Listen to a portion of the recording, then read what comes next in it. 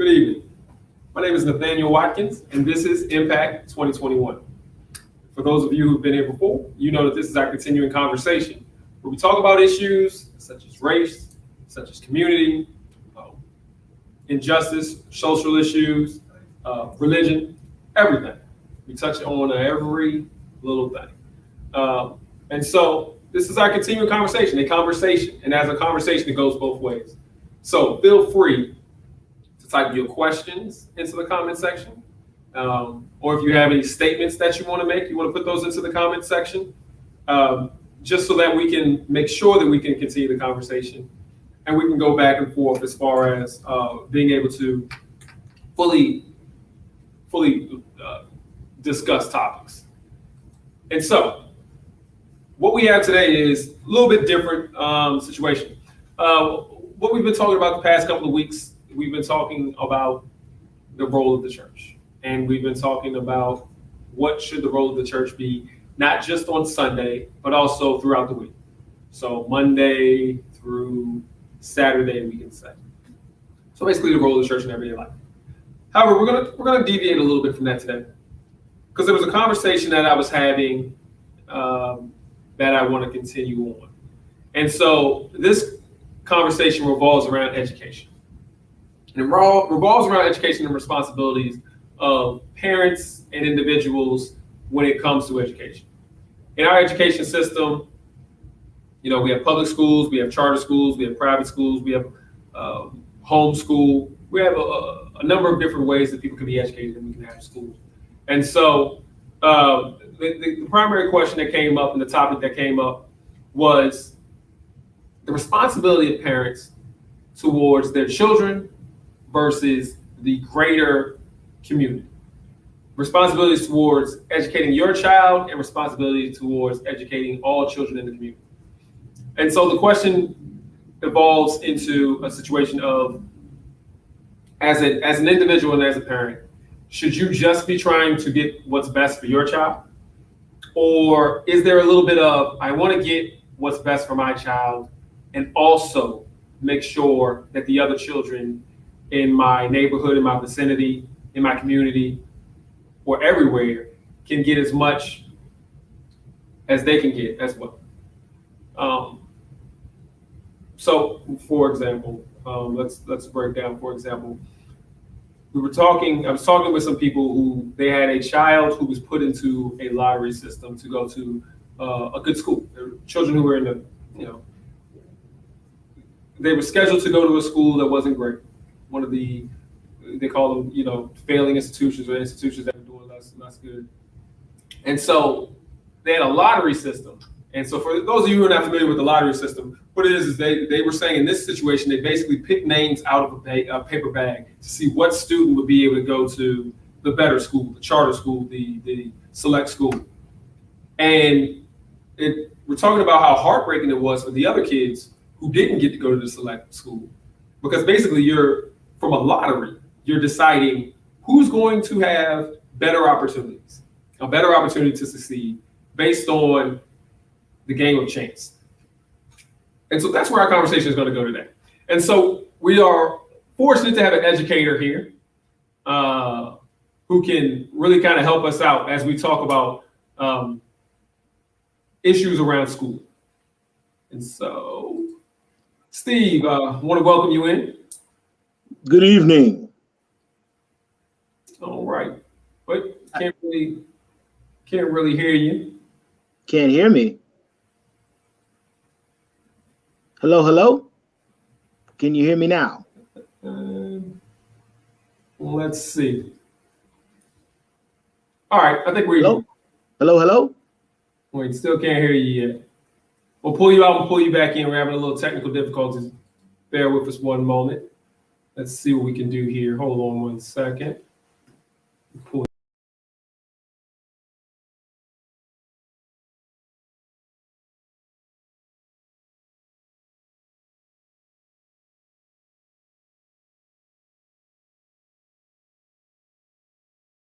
All right, let's try it again.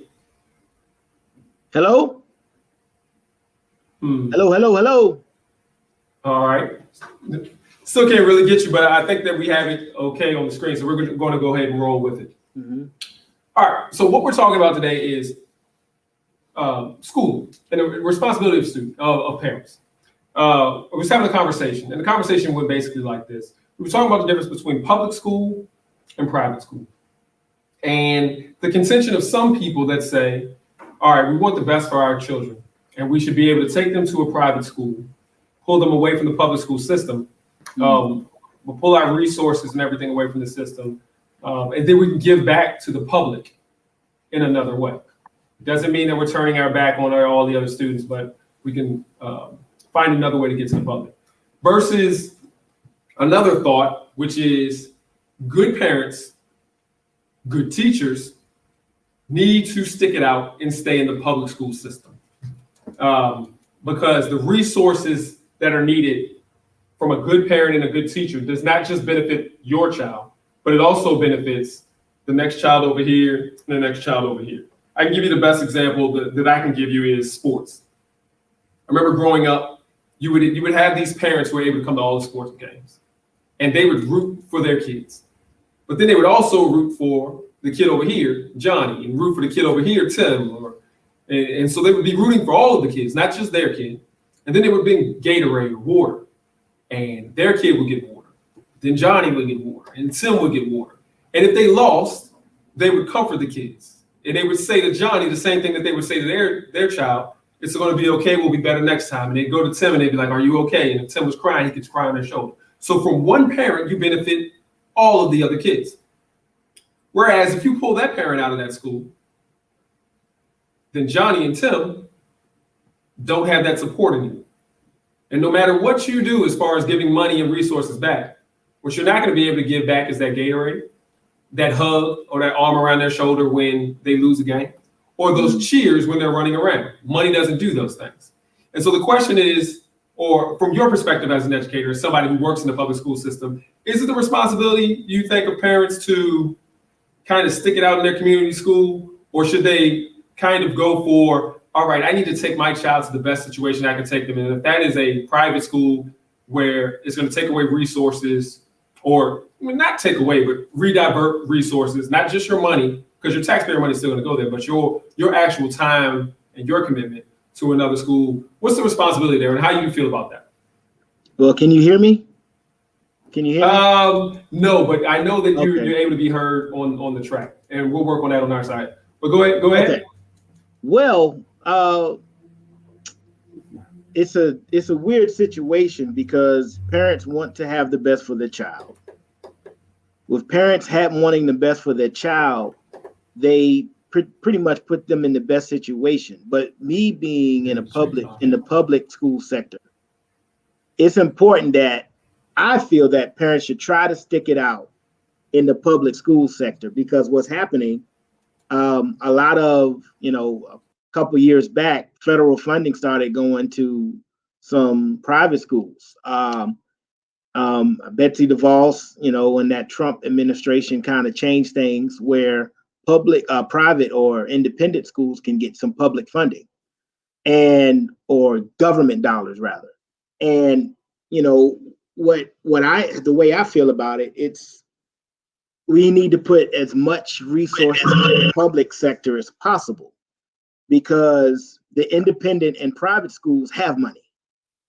They have money. I mean, one of the most popular independent schools here in North Carolina or Charlotte, it's $25,000 a kid per student and a year, or academic year. And that can actually be more. That's the last time I looked, it was a few years when I looked it up. So the private schools have money. They have support, they have resources, but they want the top tier athletes for their football, basketball, baseball program. They want the top tier athletes. And those top tier athletes aren't always a private school kid, naturally. A lot of those kids are in the public school. A lot of those kids are in the hood, to be totally honest. A lot of those kids don't have the privilege. And one of the best demonstrations of that situation is the TV show on the CW called All American. And it's about a young man, Spencer, that is he plays football for South Central, and the coach for the private school in the area wants him to come and utilize the skills in the private school. And there's a lot of situations where they want these private independent schools want the top tier athletes. So they pretty much do what they can to have them for their programs that are very lucrative for the school.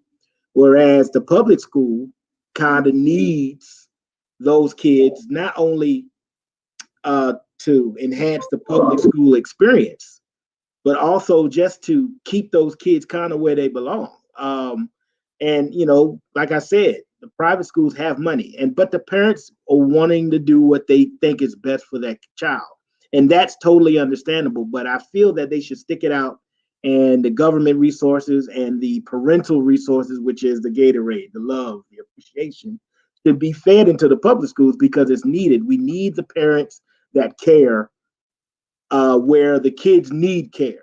And it's not that abundant of a situation, but it's a situation where, the state legislators, the government, Congress, they're not giving all they can, especially the states. They're not giving all they can to their public education because all the senators, all the governors, all the presidents, all their kids are in private school.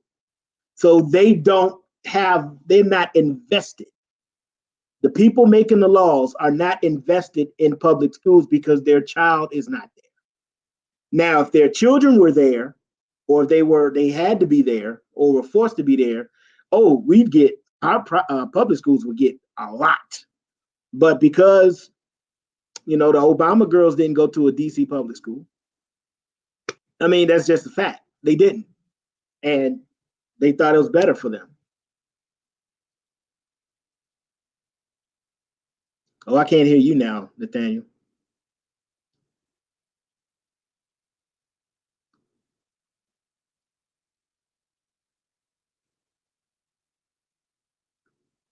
All right, can you hear me? Yeah. Can you hear me now? Gotcha. All right. So, yeah, if you go to a high net worth area, you're usually not going to see a bad public school. You're usually going to see a good quality public school. And most of the people who live in the area are going to have their kid in that public school. And so, yeah, you're right. The senators, you're right. There's some senators who probably have their kids in private school. The senators that live in the Hamptons, the senators that live in, Malibu, or some other high price.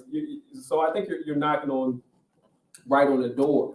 But from a regular person standpoint, like you and I, we sit back here in a hypothetical situation. Let's say we had kids that were getting ready to go to school, and we've had neighborhood kids that they've been playing with, and so the neighborhood kid's about to go to neighborhood school. We have money. Should we sit back and consider, hey, we know this kid, we know this kid.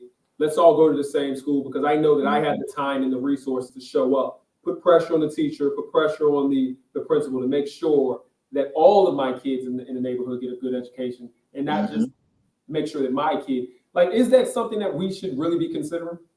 I really think we should. I think we should consider that because I talk trash to the legislators all the time because they treat public school like it's a business. We're dealing with young lives we're dealing with lives. This is not a bank. This is not a computer corporation. We're dealing with people. We're dealing with the future of our world. So we have to nourish that. So in order to nourish that appropriately, parents have to be involved. Yeah. Parents have to be involved in every aspect of the education process. And that's why the United States and the world level is going down, down, down, down, because we have less parents that are being involved. And it's not even just from rich, poor. Rich are not being involved, nurturing some. And, the parents that are struggling aren't being involved. It's just more, sometimes parents are working 2 or 3 jobs. They don't have time to go to the PTA meeting. But what needs to happen is you need to be involved with your child's education. You have to be. Our parents were. If I got a D on a paper or F, I got my behind handed to me. And it was like, what can you do better? And we just don't have that like we used to. And it's a parent wants to do the best for their child. But one thing I also want to add is the public school sector is real life. So if a person, a family has money and they're in this, they can choose between an independent school or public school, they're going to get Disney World in a private school. They're going to get a bunch of privileged people, but at a middle class neighborhood school, you're going to get everybody. You're going to get a melting pot of the reality. You're going to have Hispanics, you're going to have Asians, you're going to have Blacks, you're going to have whites, you're going to have everybody there that's on a different economic and cultural background, and that's the real world. That's the real world. If you go to an independent school, the top tier independent school, you're going to see a lot of the same. And that's what people actually have to think about. And it's hard to persuade people to have the best or have something that should be the best, but it's not getting support. It's an ongoing debate that I don't believe will ever end. Well, you hit a good point right where we were going with the diversity and the value add from having diversity in your school and in your environment. Now, a lot of these private schools or these independent schools, as you're saying, they can tout a pretty nice diverse population. They'll be like, yeah, we got such and such from here and such and such from there, because they're able to pick and choose, especially with their financial aid packages, to be able to create the type of crowd that they want. Now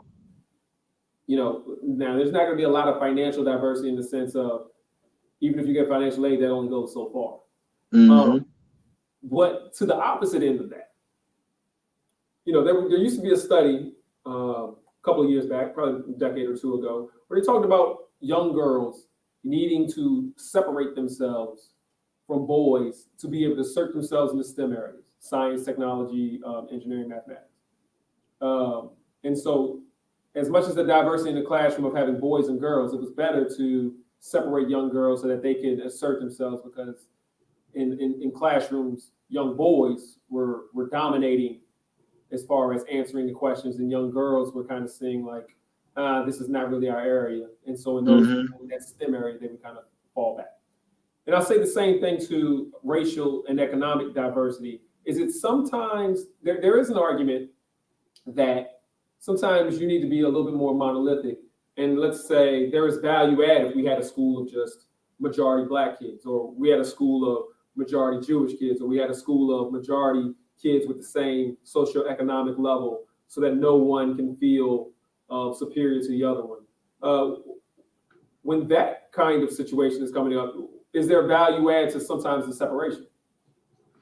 I don't believe so. I don't believe there's value added in the separation, because my thing is, how can we be globally competitive as a country if we separate our children, regardless of race, ethnic background, cultural background, and even social economic background? If it's in the rough or inner city school districts, it's inevitable that that the balance is going to be off in terms of what type of child you have. But at the same time, it's not forced.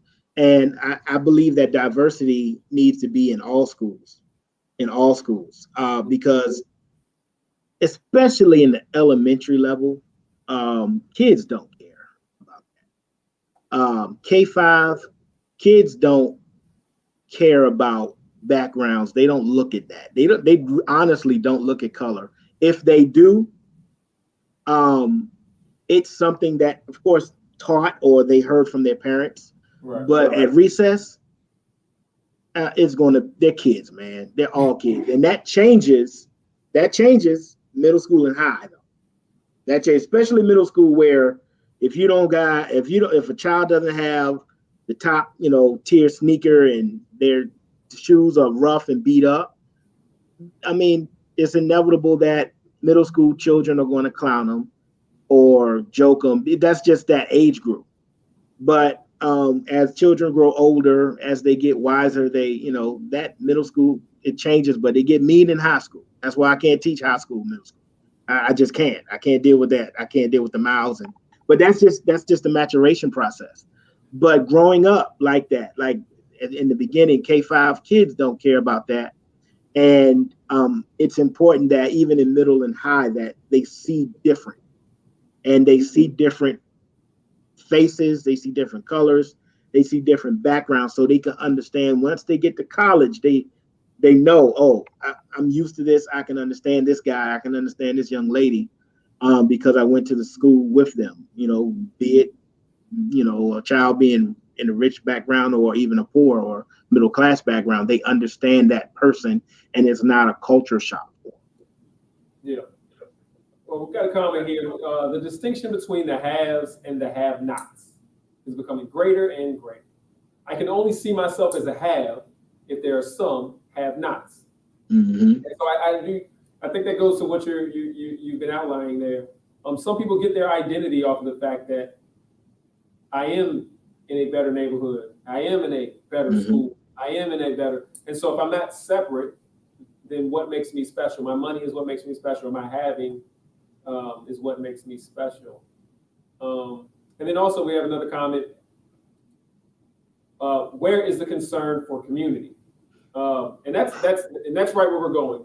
So as now we've talked from a practical standpoint, and you've talked about the value of diversity. You talked about the value of being able to have resources put into the public school. Let's talk to it from a community standpoint. We're talking about community. We're going to go a little bit more religious, and from a religious standpoint, as a person of faith. When you look at your responsibility towards the school, so if we're talking now, we're talking now specifically to people of faith. Mm-hmm. And some of them are like, oh man, I want to take my child to such and such Catholic school, or I want to take my child to such and such school because I know that they're going to teach this and this and this. Mm-hmm. Is there a responsibility to the community? Should we be looking more not from our school to teach religion, but our church to do it? And I don't know. It's just kind of expound upon the fact if you were just talking to a group of just Christians, Mm-hmm. and they're talking about, and they're Christian parents, and they're talking about what they need to be doing with school and how it crosses with their faith. Where are you going to lead them towards? Well, my mom told me a while back, when they were really aggressive with taking religion and religious beliefs out of the classroom. Mm-hmm. I kind of was like, well, Mom, if you take God out of the classroom, how is this going to work? How this going to work? And my mom basically said, well, in terms of instruction, a teacher that's of faith should kind of channel that through instruction, pretty much showing God bringing God out without saying Jesus said this when you're in the middle of math class. Then at the same time, it's the parents' responsibility to bring the child up in terms of faith and religious beliefs in Christianity. Mm-hmm. If I'm a music teacher, my goal is to teach you how to read music, how to play music, how to sing music. I'm not getting paid to deliver you from your, sins to righteousness. That's not what I'm being paid for. But at the same time, I know who I am and I know whose I am. So in my mind, without breaking any rules or laws, I know how to project myself, which shows my faith, Mm-hmm.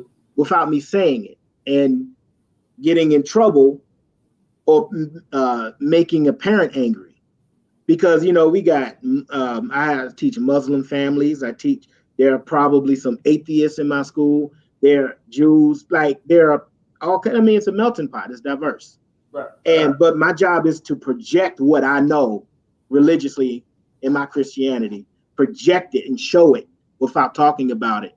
And the children were like, oh, Mr. Wilder treats me this way. This is the right way to treat somebody else.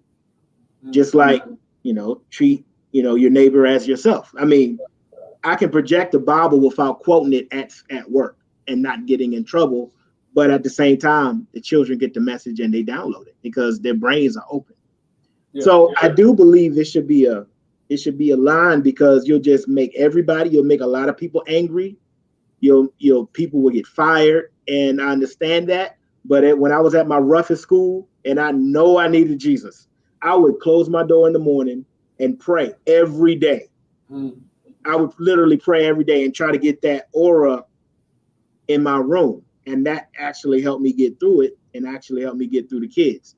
I mean, it's when you have a strong faith, it projects without people knowing it. And then people end up seeing it and like, oh, he knows Jesus. You know what I'm saying? So I believe it's important and then, I know I kind of want to hurry up, but at my school, we have a church that volunteers.